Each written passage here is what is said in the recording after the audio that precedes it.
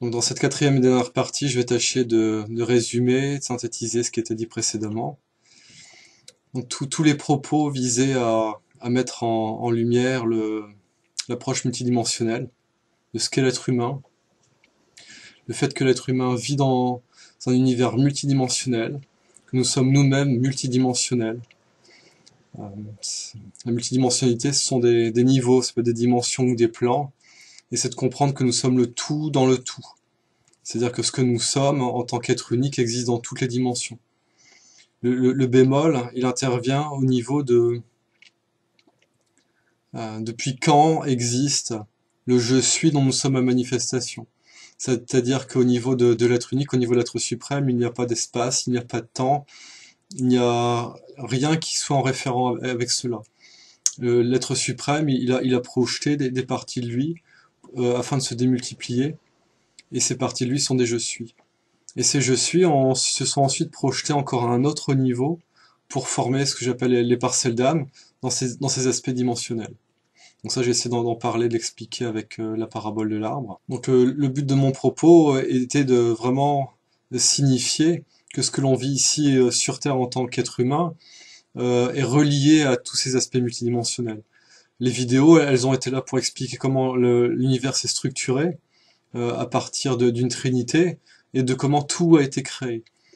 Donc là, ce que je dis, ça vient de mes expériences, du partage que je peux avoir avec les personnes avec qui j'évolue régulièrement, qui on travaille régulièrement.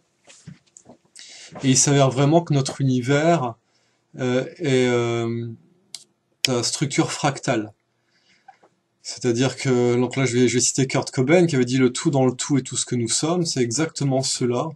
Ce qui fait que ces corps, ils ont la capacité à être en connexion au niveau multidimensionnel, et cette multidimensionnalité, elle est fractale.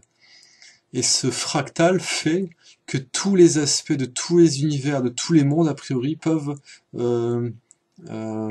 se refléter, se manifester depuis ces corps. Donc en théorie, dans la compréhension que j'en ai, tout ce que nous sommes dans tout temps, toute dimension, peut à un moment fusionner, être intégré dans ces corps. Cet aspect fractal, il est intéressant à plusieurs niveaux. De ce que j'ai pu constater, il y a certaines choses qui sont présentes sur Terre, qui sont à l'image de ce qui vient d'autres mondes. Donc quand je dis que c'est ce que j'ai pu constater, c'est ce qui a été découvert dans le travail de séance que j'ai pu faire au niveau individuel et avec la personne avec qui je travaille régulièrement. Notamment, donc ça avait été dit notamment en Égypte, que en fait le Nil était à l'image de la Voie lactée et que certains lieux sur Terre étaient à l'image de ce qui était présent dans l'univers. Je tends à aller dans ce sens-là, et même à dire que tous les aspects civilisationnels sur la Terre ne sont que des échos d'autres mondes. C'est-à-dire que ce qu'on appelle, ce qui correspond à la Chine, il y a un monde qui est comme ça. Ce qui correspond à l'Égypte, il y a un monde qui est comme ça. Le Japon, il y a un monde qui est comme ça.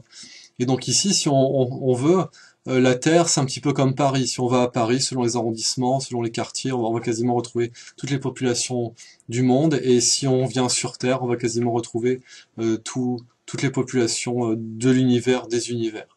Je dis cela parce qu'il y a encore un aspect fractal, c'est-à-dire que là, on a beau avoir un ensemble de civilisations qui sont présentes dans cet univers, certains sont les répliques, les échos de créations qui ont eu lieu dans d'autres univers.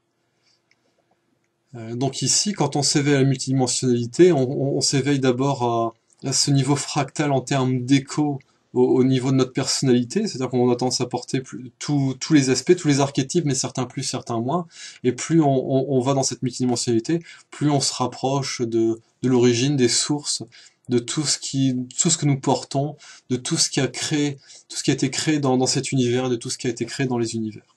Donc ce que j'avais déjà expliqué, c'est que ici, donc là tout ce que je veux dire c'est par rapport à l'humilité. Ici, on peut considérer que nous sommes dans un jeu vidéo qui a environ 150 milliards d'années.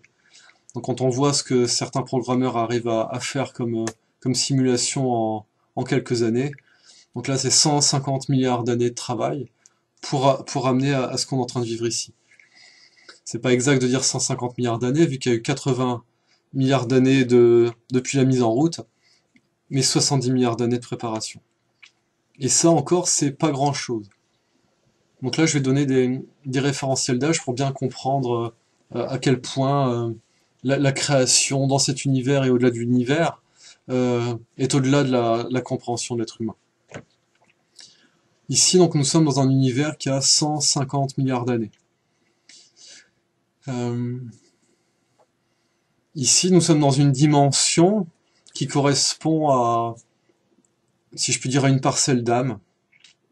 Donc là, je vais resituer comment ça fonctionne au niveau des parcelles d'âme. Ce que nous sommes existe dans chaque dimension.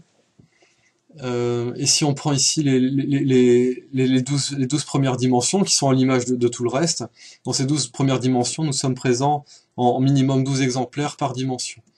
Et chaque exemplaire, donc ici il y a au minimum 11 autres Stéphane simultanément, chaque exemplaire a sa propre ligne temporelle, a sa propre ligne d'incarnation, de réincarnation. Donc ici, au niveau des facettes d'âme qui correspondent à cette dimension-ci, à la dimension physique, à l'univers matériel, il y a un âge. Il y a un âge qui correspond au moment où on a commencé à se manifester dans cette dimension-là. Cet âge-là, pour les âmes les plus jeunes, il est de quelques dizaines de milliers d'années. Donc certains croient qu'une vieille âme c'est 6000 ans par exemple. Non, 6000 ans c'est rien du tout. Les plus jeunes âmes ici, elles ont 20, 30, voilà, ça se compte en dizaines de milliers d'années, voire en centaines de milliers d'années. A priori c'est en dizaines de milliers d'années pour les plus jeunes. Dans ce système-ci, qui correspond à la manifestation dans l'univers matériel, les plus vieilles âmes manifestées sur Terre, elles ont 10,5 milliards d'années. Une vieille âme, c'est à partir de 3 milliards d'années. Donc ça, c'est juste dans cette dimension-ci. Les êtres les plus anciens viennent des dimensions les plus élevées, se sont projetés jusqu'ici. Les plus jeunes sont nés dans cette dimension-ci, et ceux un peu moins jeunes sont nés dans les dimensions précédentes. Donc si on prend le système précédent, l'âge des âmes dans ce système-là, c'est entre 4 et 80 milliards d'années. Mais après, si on continue, ça continue de monter. Donc ça, c'est juste les âmes pour les parcelles d'âmes. Mais si on prend les âges des je suis, les plus jeunes je suis qui sont manifestés en tant qu'être humain sur Terre, ces plus jeunes je suis ont 200 millions d'années. Le plus vieux je suis manifesté sur Terre en tant qu'être humain est âgé de 140 millions de milliards d'années. Donc là on voit déjà que c'est quasiment, le plus vieux je suis manifesté, il est quasiment 1 milliard de fois plus vieux que le plus jeune je suis. Si on prend les âges d'âme dans cette dimension-ci, et qu'on voit qu'une vieille âme c'est à partir de 3 milliards d'années, et qu'on prend la moyenne des parcelles d'âme incarnées en France, c'est 33 millions d'années. Donc déjà une vieille âme, elle est 100 fois plus vieille, au moins 100 fois, entre 100 et 350 fois plus vieille que la moyenne française. Et ici, si on prend le plus vieux je suis par rapport au plus jeune je suis sur Terre, il est 1 milliard de fois plus vieux que celui-ci. Mais si on regarde ce plus vieux je suis manifesté sur Terre en tant qu'être humain, son âge n'est que 1/100e par rapport au premier je suis qui a été généré. Donc vous voyez, les écarts, ils sont faramineux. C'est-à-dire que, où que l'on soit, entre ce plus vieux je suis et ce plus jeune je suis, on a toujours des plus jeunes que nous, et c'est des facteurs 10 minimum qui 10 exponentiel quelque chose d'un côté, et de l'autre côté c'est pareil, c'est 10 exponentiel quelque chose. Donc c'est vraiment ce fondamental de l'humilité.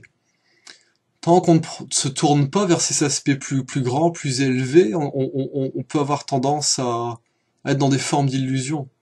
Je me semble que j'avais nommé dans l'interview avec Laurent Fent, le maître de la ligne yoga à laquelle j'appartiens disait « Je suis la poussière sous le tapis ».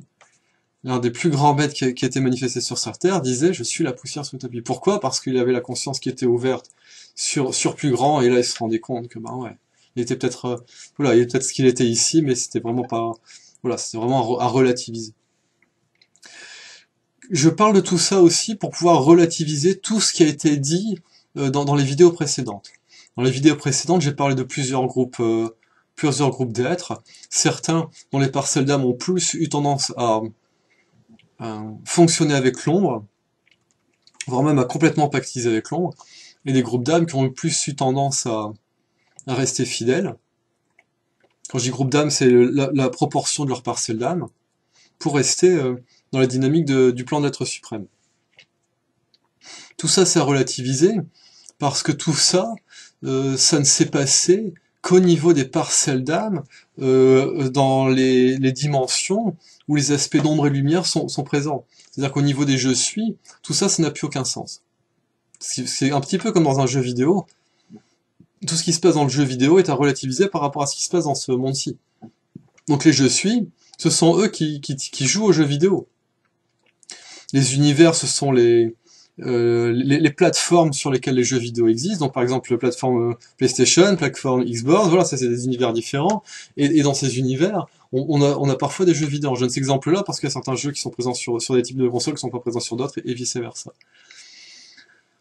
Mais finalement, qu'est-ce que ça change d'avoir joué à tel ou tel jeu, d'avoir gagné ou pas gagné? Ça change rien hormis le fait d'avoir joué à ces jeux, ça nous a enseigné quelque chose, parce qu'il y a des messages dans ces jeux, et certains jeux nous amènent à développer soit de la dextérité, soit des capacités de stratégie. Donc en fait, le fait d'avoir joué, ça nous a apporté quelque chose. Pour que les je suis se projettent dans les dimensions, ils se projettent pour apprendre des choses. Et ça, j'ai déjà donné l'exemple, alors je sais plus à qui j'ai donné, mais peu importe, j'ai déjà donné l'exemple, que ces facettes, c'est un peu comme des personnages qu'on crée dans des jeux, et en fait, à certains moments, on va faire des sauvegardes pour dire, voilà, s'il y a des personnages qui sont intéressants, on va les sauvegarder, comme ça, s'il leur arrive quelque chose, on va pouvoir les restaurer.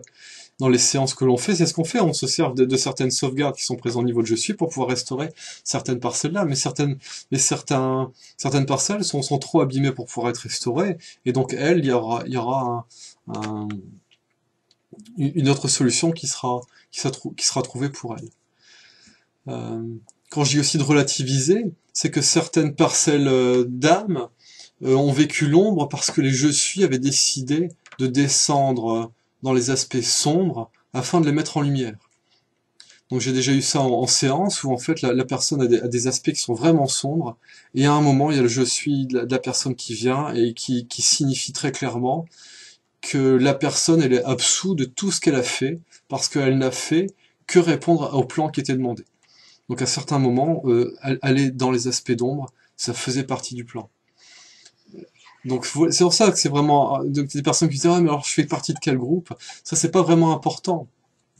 J'ai parlé de ça pour signifier à certaines personnes en séance, attention, plus vous avez de parcelles d'âme qui sont prises par l'ombre, plus vous avez tendance à être dans des aspects d'illusion. Donc à certains moments, en personne, je leur dis attention, là vous êtes sur ce groupe-là, il n'y a rien de grave du point de vue de ce que j'expliquais avant, mais c'est important pour notre confort ici, parce que ici, on revient sur ce qu'il y a vraiment de fondamental. Le plus important ici, c'est Stéphane et ce qu'il vit, et c'est vous, en tant que personnalité, ce que vous vivez. Dans ce monde-ci, il faut vraiment avoir les pieds sur terre. C'est ça qui est le plus important.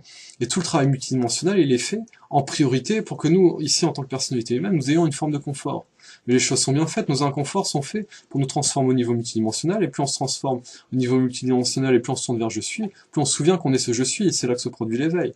Et une fois que se produit l'éveil, c'est pas fini, parce que tant que toutes les parcelles d'âme ne sont pas remises, qui peuvent être remises en lumière, ne sont pas remises en lumière, on sera, à certains niveaux, on sera pas plus avancé, parce que donc ça a été décrit dans Dune, donc ça vous l'avez pas dans les films, c'est dans les livres, où il parle de ces aspects multiples, et qu'à certains moments, il y a certains aspects multiples de notre multidimensionnalité qui vont prendre le dessus sur les aspects de personnalité ici, sur les circonstances.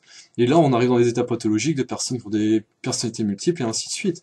Donc là, on voit l'intérêt de travailler au niveau multidimensionnel et surtout de se réunifier, parce qu'une fois qu'on est réunifié, on récupère tous les avantages de nos parties qui sont mises en lumière. C'est-à-dire qu'à un moment, au début, on a les désavantages parce qu'elles sont pas ajustées, mais une fois que ce plomb est transformé en or, on récupère tous les avantages.